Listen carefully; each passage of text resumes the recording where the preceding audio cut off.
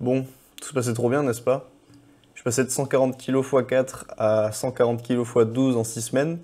Ça pouvait pas durer comme ça. Aujourd'hui, on est dimanche 15 juin. La semaine dernière, vendredi, du coup, j'ai fait ma séance front squat. Et pour la première fois depuis le début de la prog, je suis allé à l'échec. Donc j'ai raté ma dernière rep de ma dernière série. Et depuis ça, j'ai à nouveau mal à mon genou comme avant. J'ai donc décidé d'arrêter de se mettre du volume sur mon genou pendant une semaine. Donc là, ça fait une semaine que j'ai pas squat, j'ai pas fait ma séance squat nuque ni ma séance squat clave de la semaine. J'ai préféré le mettre au repos pour essayer que ça se répare, espérer que ce soit rien de grave et reprendre de plus belle aujourd'hui. La semaine dernière, en plus de mes deux séances jambes, j'avais prévu de filmer deux vidéos. Donc je devais faire une séance d'haltéro normalement, qui n'a pas pu avoir lieu parce que j'avais mal au genou. Et je devais aussi également participer au Fitness Park Heroes. Mais comme il y avait de la course, j'ai préféré ne pas le faire pour préserver mon genou. Bref, aujourd'hui, normalement, on est dimanche. Je fais ma séance du lundi la veille parce que j'aurai pas le temps de m'entraîner demain.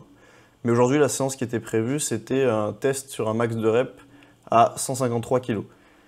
Je suis pas sûr de le faire parce que mon genou, je vais pas prendre de risque de me reblesser encore plus par-dessus. Déjà, si j'arrive à faire des squats sans avoir mal, ça serait une victoire. Et je reprendrai plus tranquillement sur les prochaines semaines.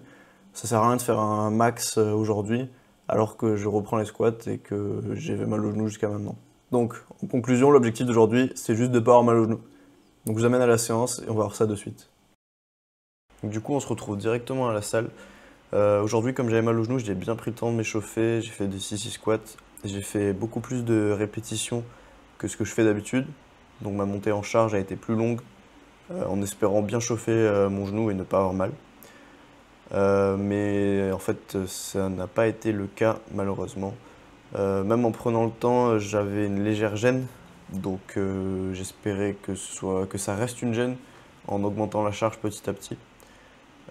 Jusqu'à 100 kg, ça allait, ça restait une gêne, mais quand je suis arrivé sur 120 kg, j'ai fait 4 répétitions, j'ai fait des pauses squat en bas pour voir si la douleur se déclenchait vraiment. Et c'était bien le cas en effet. Donc ma dernière série a été à 120 kg sur cette séance et je suis pas monté plus lourd. Donc j'avais bien le seum. Et pour compenser ça, je me suis dit, quitte à faire une séance qui n'a aucun sens, je fais un petit max en soulevé de terre. Donc c'était un max du jour. J'ai pas du tout préparé un max aujourd'hui. Je me suis échauffé tranquillou. Je vois que dans ma programmation, j'en fais jamais parce que je me suis pas du tout senti plus à l'aise sur le mouvement. Mon grip était toujours pas plus fort alors que ça avait été déjà presque mon facteur limitant sur le premier max que j'avais fait. J'ai quand même réussi à monter jusqu'à 190, donc c'est un record que j'ai fait sans sangle toujours. Et du coup, comme j'avais passé 190, je me suis dit autant tenter les 200. En vrai, il manque pas grand chose, franchement, je m'attendais à pire. Mais mon grip tenait pas, enfin c'était impossible de forcer sans les sangles. Là, à l'heure où je vous parle, c'était il y a 2-3 semaines l'entraînement. Depuis, j'ai repassé les 200 kilos au soulevé de terre, mais avec sangle cette fois-ci. Bon, du coup, qu'est-ce qu'on fait maintenant que j'ai mal au genou? J'ai pris pas mal de recul sur la situation. C'est d'ailleurs pour ça que cette vidéo sort beaucoup plus tard que prévu. J'ai pas voulu filmer à chaud, réagir à chaud et prendre de décisions à la hâte. Donc j'ai bien pris le temps de me poser, de considérer toutes les possibilités. Et j'ai pris la décision d'arrêter le projet 200 kg squat. Je pense sincèrement que j'aurais atteint l'objectif si je m'étais pas reblessé, mais je sors déjà de plus d'un an de blessure à mon genou, je suis en train de retourner dedans et j'ai vraiment pas envie de ça. Et au-delà de l'abandon du projet de 200 kg au squat, j'ai décidé de ralentir grandement l'haltérophilie de mon côté personnel. J'adore ce sport, mais à partir du moment où je me dépasse dedans, où je repose mes limites physiques, je me blesse systématiquement. Ça va faire 3 saisons où j'ai pas passé une seule saison sans me blesser. Donc c'est très coûteux psychologiquement et j'ai plus envie de rester dans ça. Je préfère continuer d'en faire à mon rythme, tranquillement, sans chercher la performance personnelle. Par exemple, je vais continuer les compétitions en équipe sûrement, si mon équipe veut toujours de moi. Mais le côté individuel, essayer de se qualifier au championnat de France, tout ça, je pense le mettre de côté pour un long moment. Je continue de m'entraîner de temps en temps quand mon genou me gêne pas trop. J'ai jeté 145 la semaine dernière par exemple, donc j'étais très content. mais ça va plus être l'essence même de mon entraînement. Je préfère me diriger vers d'autres objectifs sportifs, être un sportif un peu plus accompli, un peu plus polyvalent. Là, par exemple, je suis incapable de courir. Quand je fais de l'haltéro, ça me dérange pas. Si je fais un autre sport, c'est compliqué. Je vais probablement également perdre du poids, parce que là, je suis monté à 88 kg pour 1m70. Même si pour l'haltérophilie, c'était pas si mal, parce que c'est une nouvelle catégorie. Pour les autres pratiques sportives, moi, je trouve pas ça pertinent.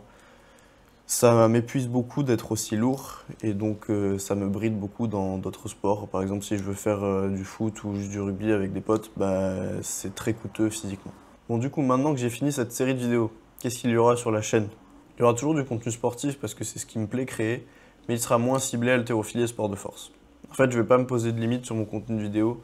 Je vais faire ce que j'ai envie de faire. De toute façon, je fais 50 vues, donc je vais pas traumatiser grand monde si je fais quelque chose auquel ils ne s'attendent pas. Par exemple, là, j'ai envie de réapprendre le salto arrière. Donc, il y aura sûrement une vidéo où il y aura mon parcours d'apprentissage du salto arrière. Et en fait, je vais pas m'imposer de règles strictes sur le contenu de mes vidéos. Je vais faire ce que j'ai envie de faire, tout simplement.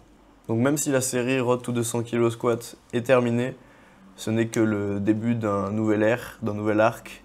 Moins d'haltérophilie, plus de diversité et toujours autant de vidéos. Donc la prochaine vidéo, j'ai aucune idée de ce que ça va être et de quand elle sortira. Mais du coup, n'hésitez pas à vous abonner pour être au courant et n'hésitez pas à liker le dernier épisode de cette série. Et en attendant, je vous dis à la prochaine.